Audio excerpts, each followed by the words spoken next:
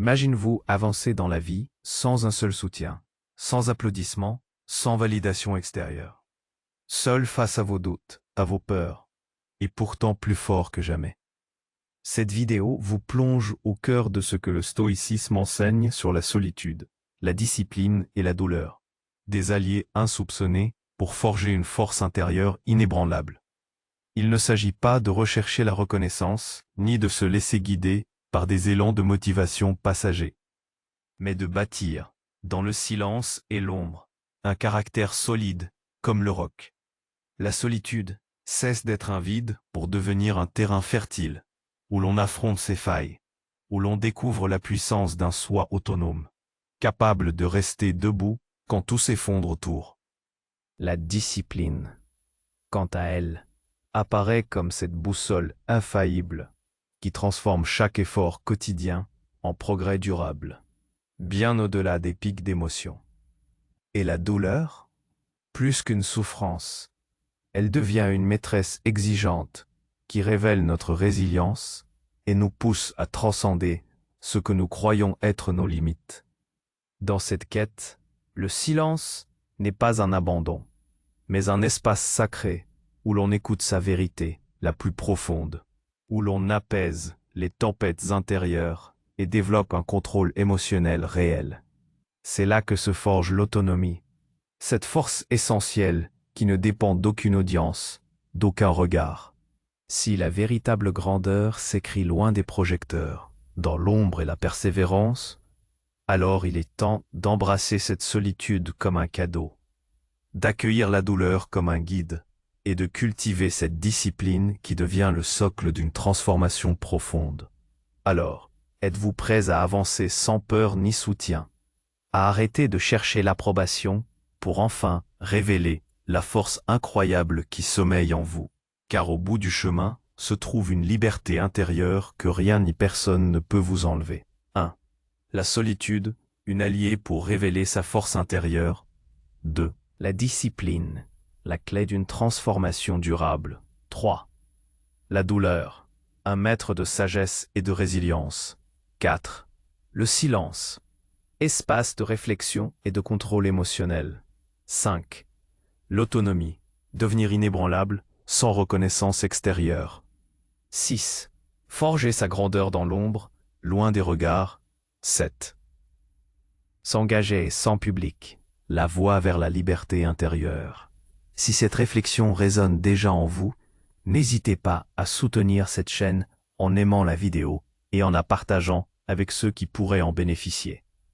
Nous avons posé les bases d'une quête intérieure exigeante, mais ô combien libératrice.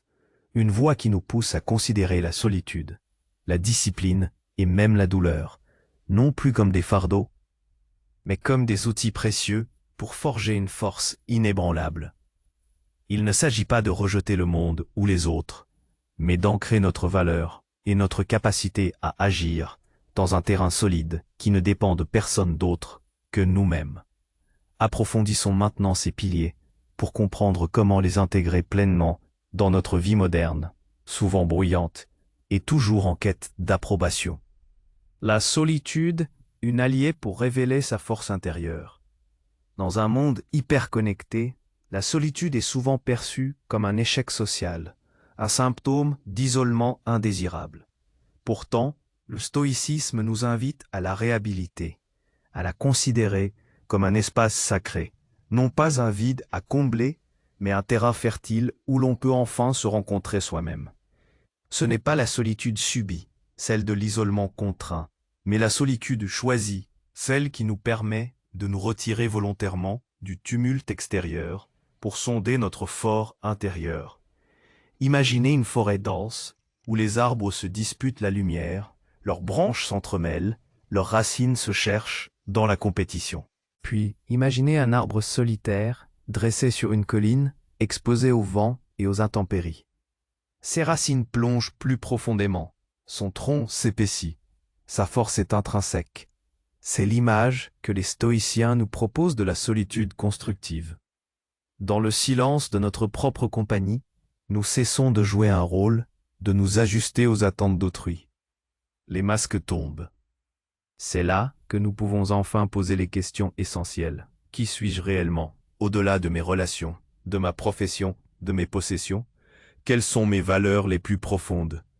Quels sont les désirs que j'ai réellement choisis et ceux que la société m'a inculqués?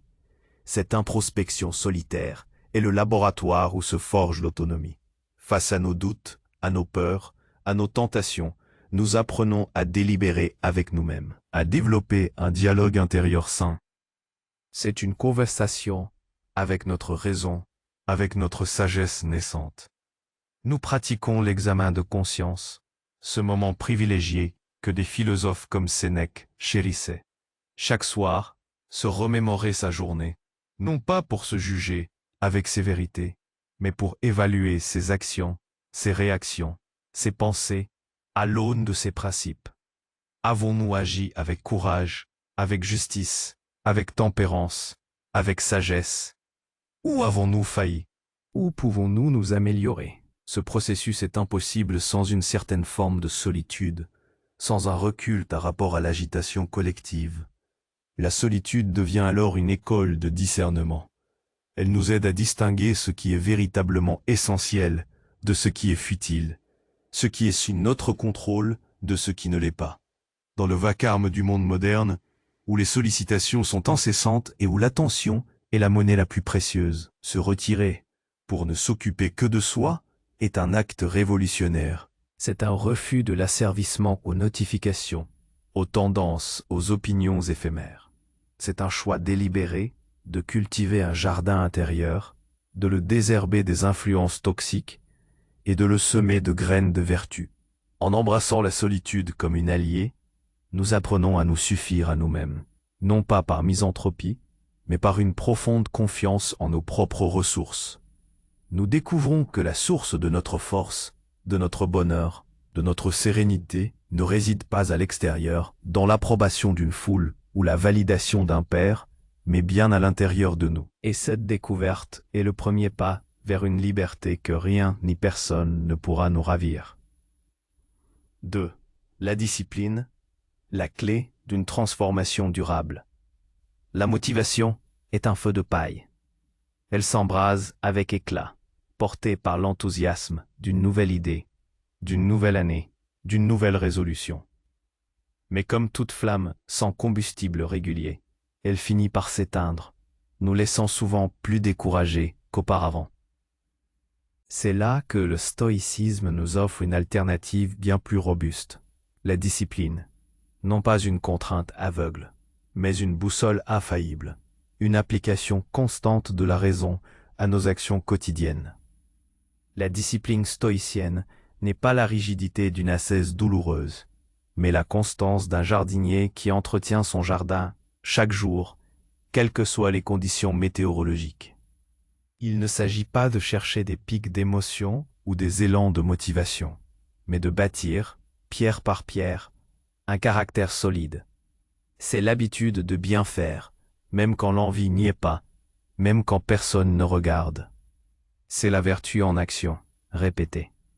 Dans notre époque de gratification instantanée et de recherche de raccourcis, la discipline peut sembler archaïque, voire répressive. Pourtant, c'est elle qui nous libère. Elle nous libère de l'esclavage de nos impulsions, de nos humeurs changeantes, de nos désirs éphémères. Quand nous choisissons délibérément de nous lever tôt pour méditer, d'écrire nos réflexions, de faire cet exercice physique, de résister à la tentation de la procrastination ou de la colère, nous ne faisons pas que faire quelque chose. Nous renforçons notre volonté. Chaque petite victoire disciplinaire est un muscle qui se développe, rendant les prochaines victoires plus faciles. Pensez à un athlète olympique. Ce n'est pas un jour de motivation intense qui le mène sur le podium, mais des années de discipline quotidienne. Entraînement répétitif, alimentation contrôlée, sommeil régulier, même lorsqu'il est fatigué, blessé ou démoralisé. La grandeur ne réside pas dans l'exploit sporadique, mais dans la persévérance ininterrompue. De même, la transformation intérieure stoïcienne ne se produit pas par une révélation soudaine, mais par l'application méthodique et constante de principes philosophiques. Comment manifester cette discipline au quotidien? Elle commence par les petites choses, les adiaphoras comme les appelaient les stoïciens, ces choses indifférentes en elles-mêmes, mais dont la gestion révèle notre caractère. Se lever à une heure fixe, ranger son espace de travail, répondre avec calme à une provocation. Lire quelques pages d'un livre nourrissant plutôt que de naviguer sans but sur Internet. Honorer ses engagements, même insignifiants. Ces actes, répétés avec intention, deviennent les fondations de notre force intérieure. La discipline est également intellectuelle. Elle consiste à entraîner son esprit, à distinguer les faits des interprétations, à contrôler nos jugements plutôt que de nous laisser emporter par nos premières impressions. C'est la discipline de l'attention, de l'écoute active, de la pensée critique. C'est refuser de se laisser entraîner par la rumeur ou la pensée de groupe et choisir de former sa propre opinion basée sur la raison. En cultivant la discipline, nous apprenons que la vraie liberté n'est pas l'absence de contraintes, mais la capacité à s'imposer ses propres contraintes, celles qui nous mènent vers la vertu et la sérénité. Elle nous permet de devenir les maîtres de notre propre vie, plutôt que les esclaves de nos désirs ou des circonstances extérieures. C'est la clé d'une transformation non pas spectaculaire, mais profondément durable et inébranlable. Chapitre 3. La douleur, un maître de sagesse et de résilience. Qui dans son bon sens rechercherait la douleur? Personne. Notre instinct naturel nous pousse à l'éviter, à la fuir par tous les moyens.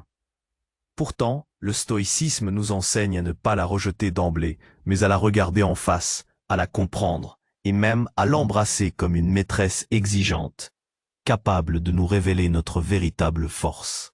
La douleur, qu'elle soit physique ou émotionnelle, est un test, une opportunité de croissance que nous manquerions si nous nous contentions de la fuir. Les stoïciens ne sont pas masochistes, ils ne désirent pas la souffrance, mais ils reconnaissent son inéluctabilité dans la vie humaine, comme la maladie, le deuil, la perte, l'échec. Puisque la douleur fait partie de l'expérience humaine, la question n'est pas comment l'éviter, mais comment y faire face avec vertu. Et c'est là que réside la sagesse. La première leçon de la douleur est de nous rappeler notre vulnérabilité. Elle nous dénude de nos illusions de contrôle total. Elle nous confronte à la réalité des choses qui ne dépendent pas de nous. Un accident, une maladie, une trahison, ces événements frappent sans crier gare et nous rappellent que nous ne sommes pas tout-puissants. Mais cette confrontation n'est pas une invitation au désespoir, c'est une provocation à la résilience. Face à la douleur physique, le stoïcisme nous invite à la disséquer. Que ressentons-nous exactement? Une brûlure, une pression, un élancement. Est-ce que cette sensation est insupportable en elle-même, ou est-ce notre jugement sur cette sensation qui la rend intolérable?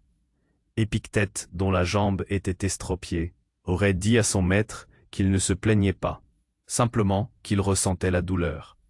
Il ne s'identifiait pas à sa souffrance, il l'observait. Cette distanciation est cruciale. La douleur est une sensation. La souffrance est le récit que nous nous en faisons. Quant à la douleur émotionnelle, la déception, le chagrin, l'angoisse, elle est souvent plus tenace et plus insidieuse. Elle naît de la perte, de ce que nous valorisions, de l'échec de nos attentes, de la trahison de nos consciences. Ici encore, les stoïciens nous rappellent de diriger notre attention vers ce qui est sous notre contrôle, nos réactions, nos interprétations. La perte est inévitable. Le chagrin est une émotion humaine naturelle. Mais se laisser submerger par la lamentation, la colère ou le ressentiment, c'est choisir de souffrir au-delà de la douleur initiale.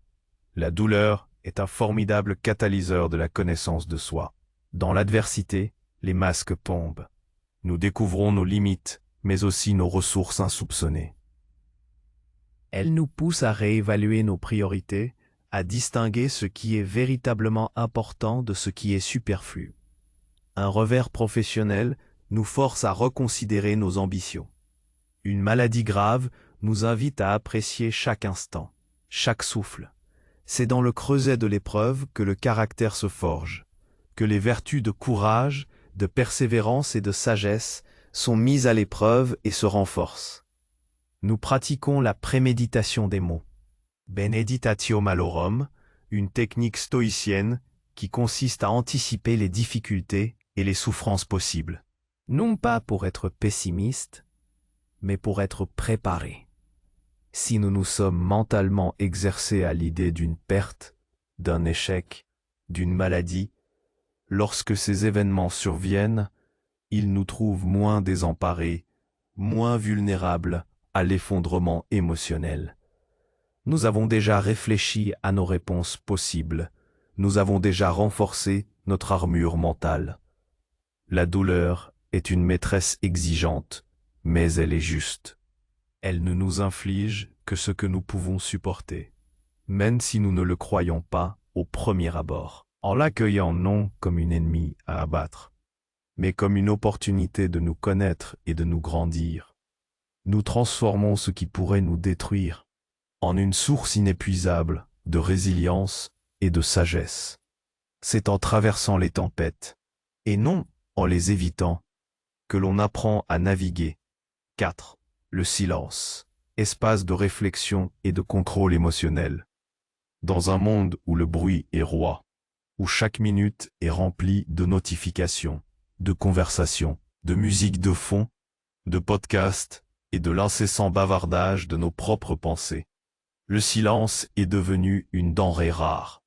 Il est même parfois redouté, car il nous confronte à nous-mêmes, à nos pensées inavouées, à nos angoisses latentes. Pourtant, pour les stoïciens, le silence n'est pas un vide, mais un espace sacré. Une condition essentielle à la véritable réflexion et au contrôle émotionnel. Le silence dont il est question n'est pas seulement l'absence de son, c'est aussi, et surtout, l'absence de bruit mental, la cessation du flux incessant de jugements, de désirs, de peurs, de souvenirs et de projections. C'est une discipline qui consiste à calmer l'agitation intérieure, à s'éloigner des distractions externes et internes pour créer un espace de clarté.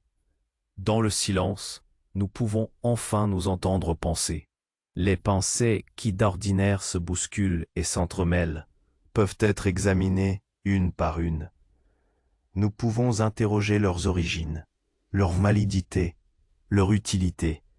Est-ce que cette pensée est basée sur des faits ou sur une émotion passagère? Est-ce qu'elle me sert ou me nuit? Le silence est le lieu où nous pouvons mettre en pratique l'art de distinguer les impressions, nos perceptions initiales, des assentiments, nos jugements sur ces perceptions. C'est la première étape du contrôle émotionnel stoïcien. Prenez l'exemple d'une situation stressante. Notre première réaction est souvent émotionnelle, dictée par la peur, la colère ou l'anxiété. Dans le vacarme de nos pensées et des sollicitations extérieures, il est difficile de prendre du recul. Mais en s'accordant un moment de silence, même court, nous créons une distance entre l'événement et notre réaction. Ce court instant permet à la raison d'intervenir. Nous pouvons alors nous demander, est-ce que cette situation est vraiment menaçante? Qu'est-ce qui est sous mon contrôle ici? Comment puis-je réagir de manière vertueuse? Le silence nourrit également la concentration et la présence.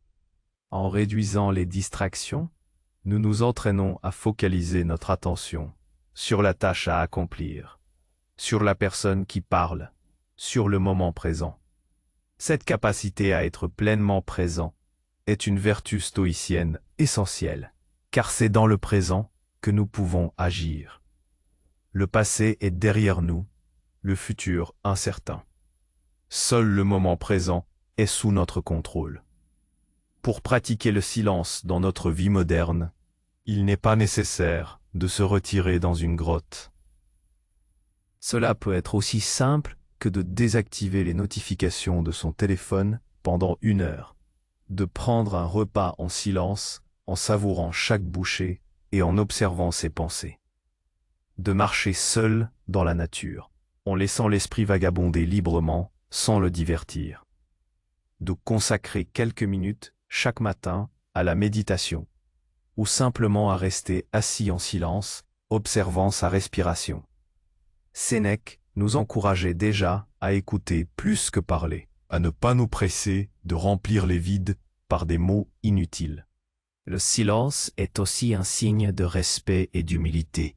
Il nous permet d'écouter véritablement les autres, de comprendre leurs perspectives avant de projeter les nôtres. En cultivant le silence, nous forgeons une forteresse intérieure où les tempêtes extérieures ne peuvent plus nous atteindre.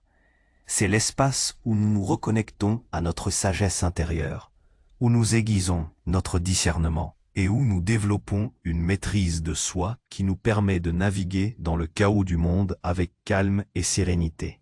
C'est un don que l'on se fait à soi-même, une source inépuisable de force et de clarté. L'autonomie, devenir inébranlable sans reconnaissance extérieure. L'autonomie, au sens stoïcien, est bien plus qu'une simple indépendance matérielle ou une capacité à prendre ses propres décisions. C'est une force intérieure profonde, une inébranlabilité qui découle de notre capacité à ne pas dépendre de la reconnaissance, de l'approbation ou des applaudissements extérieurs pour déterminer notre valeur ou la justesse de nos actions. C'est la liberté suprême de vivre selon nos propres principes rationnels, sans nous soucier des jugements ou des opinions d'autrui. Nous vivons à une époque obsédée par la validation externe. Les réseaux sociaux ont institutionnalisé cette quête constante de likes, de partages, de commentaires. Notre identité est trop souvent modelée par ce que les autres pensent de nous, par la perception publique de notre succès, de notre bonheur, de notre apparence. Cette dépendance est une chaîne invisible mais puissante qui nous rend vulnérables aux caprices de l'opinion, aux fluctuations de la popularité, à l'envie et à la critique. Les stoïciens nous enseignent que cette quête est futile et dangereuse, car les opinions d'autrui, par définition, ne sont pas sous notre contrôle. Si notre estime de soi, notre paix intérieure dépendent de quelque chose d'extérieur, nous sommes alors à la merci du monde. Et le monde est une mer de chaos, d'incertitude et de changements incessants. L'autonomie stoïcienne est la reconnaissance que notre véritable valeur réside dans notre caractère, dans la rectitude de nos intentions et de nos actions. Ce qui compte, ce n'est pas le regard des autres, mais le regard que nous portons sur nous-mêmes, à travers le prisme de la raison et de la vertu. Ai-je agi avec courage, justice, tempérance et sagesse? C'est la seule question pertinente. Si la réponse est oui, alors le reste est indifférent. Épictète, l'ancien esclave qui devint un des plus grands maîtres stoïciens, insistait sur le fait que la seule chose qui nous appartient vraiment est notre faculté de jugement et de choix. Tout le reste, notre corps, nos possessions, notre réputation, notre famille, notre vie elle-même, est un indifférent, une chose qui nous est prêtée et qui peut nous être retirée à tout moment.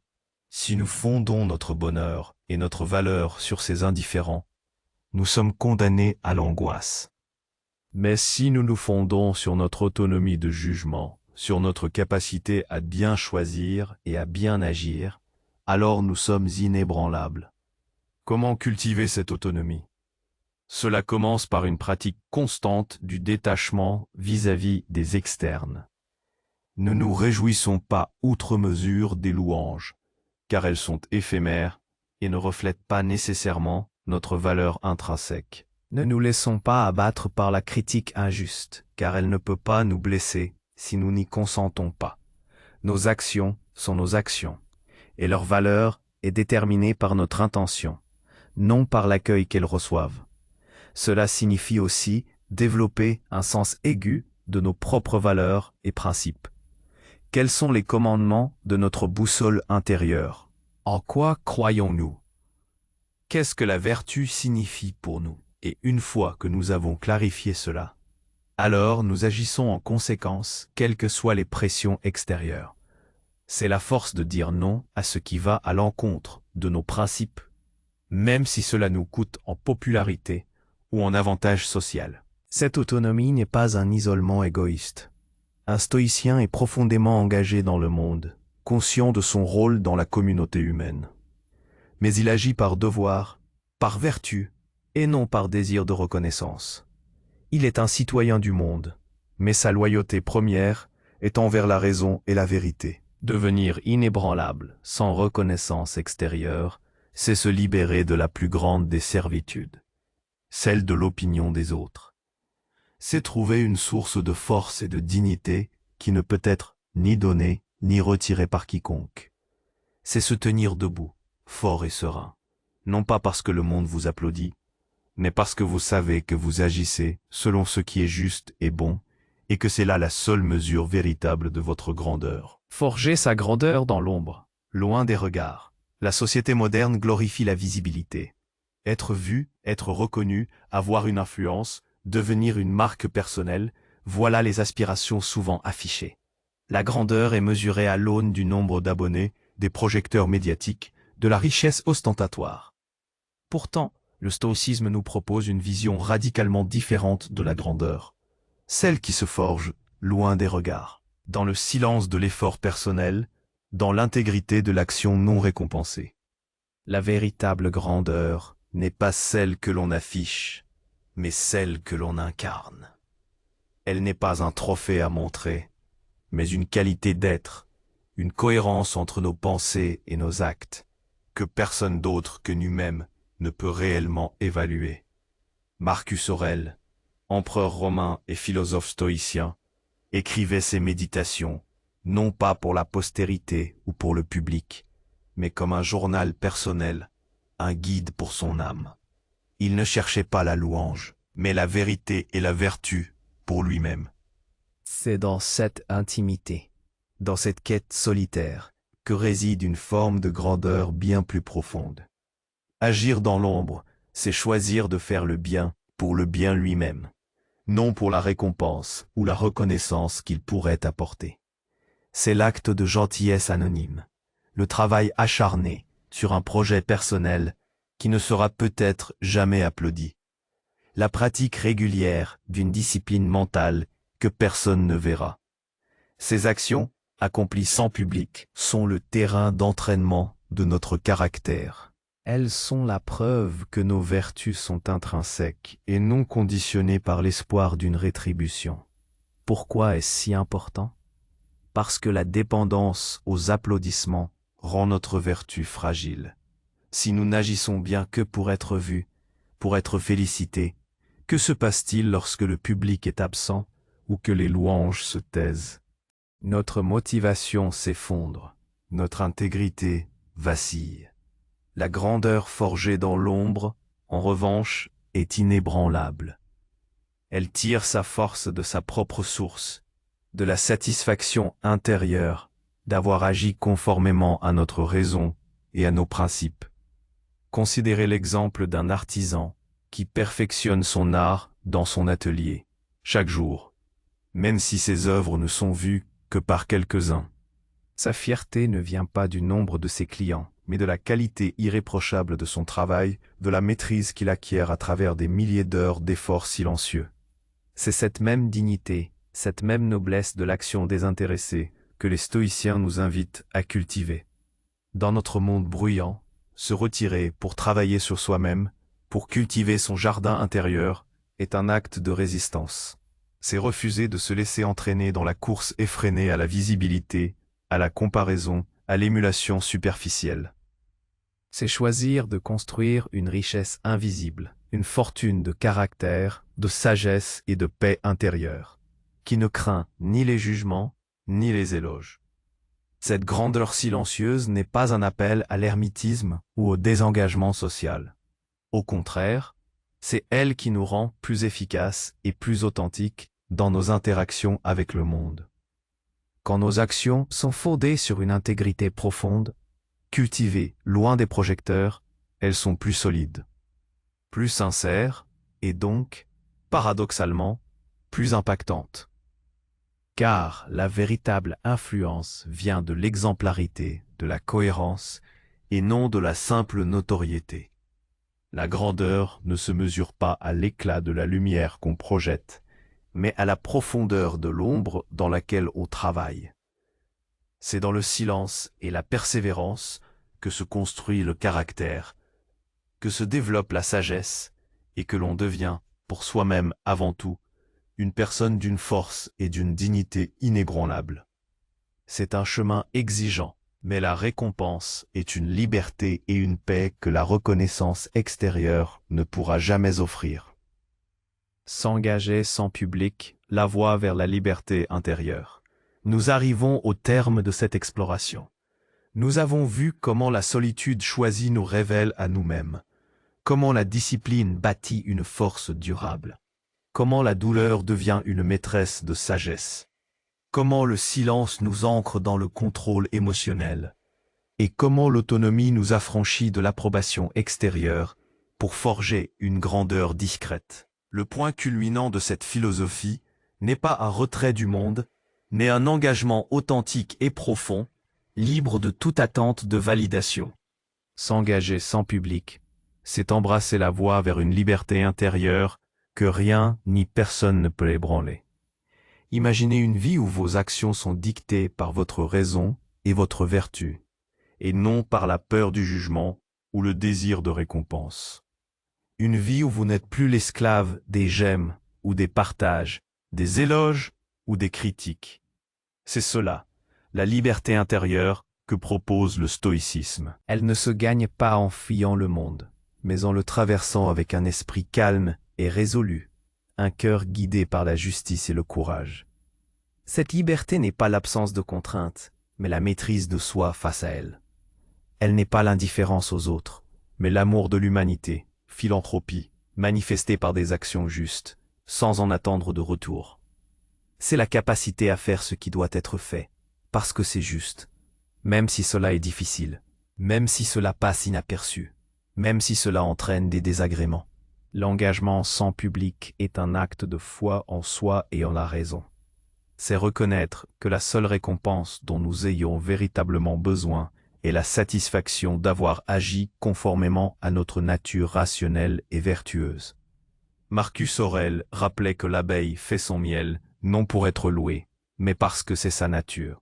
De même, l'être humain vertueux agit vertueusement parce que c'est sa fonction, sa raison d'être la plus noble. Cette liberté intérieure est le fruit d'une pratique constante. Elle ne se décrète pas, elle se construit jour après jour par de petites victoires sur nos impulsions, nos peurs, nos désirs de reconnaissance. C'est en choisissant la solitude pour l'introspection, en cultivant la discipline dans nos habitudes, en embrassant la douleur comme un enseignement, en cherchant le silence pour la clarté et en renforçant notre autonomie face aux jugements extérieurs, que nous pavons ce chemin. Au bout de ce chemin se trouve une tranquillité d'âme, ataraxie, et un épanouissement, eudaimonia, qui ne dépendent pas des circonstances. Vous devenez un rocher solide contre lequel les vagues du monde peuvent se briser sans l'ébranler. Votre bonheur ne sera pas un jouet des caprices du destin ou de l'humeur des foules, mais une flamme stable, nourrie par votre propre vertu. Alors, êtes-vous prêt à vous engager sur cette voie, à arrêter de chercher l'approbation pour enfin révéler la force incroyable qui sommeille en vous, à forger votre grandeur loin des projecteurs, dans l'ombre de votre propre persévérance et de votre intégrité, car au bout du chemin se trouve une liberté intérieure que rien ni personne ne peut vous enlever. Ce que nous cherchons si souvent à l'extérieur, l'approbation, la validation, la motivation, réside déjà en nous, attendant d'être éveillé par la discipline du silence, l'embrassade de la solitude et la sagesse tirée de la douleur. La vraie puissance est celle que vous cultivez en vous, loin des regards, pour la seule et unique raison qu'elle est juste et qu'elle vous rend libre. Alors, je vous pose cette question philosophique essentielle. Quelle est la prochaine action, le prochain engagement que vous allez entreprendre, non pas pour l'approbation des autres, mais uniquement pour honorer votre propre intégrité et forger un peu plus cette liberté intérieure qui vous attend. Si cette exploration vous a parlé, n'oubliez pas d'aimer la vidéo, de vous abonner à la chaîne pour plus de réflexions stoïciennes et de laisser un commentaire pour partager vos pensées. Quelle est la prochaine étape de votre chemin vers l'inébranlable? Votre contribution enrichit notre communauté de chercheurs de sagesse.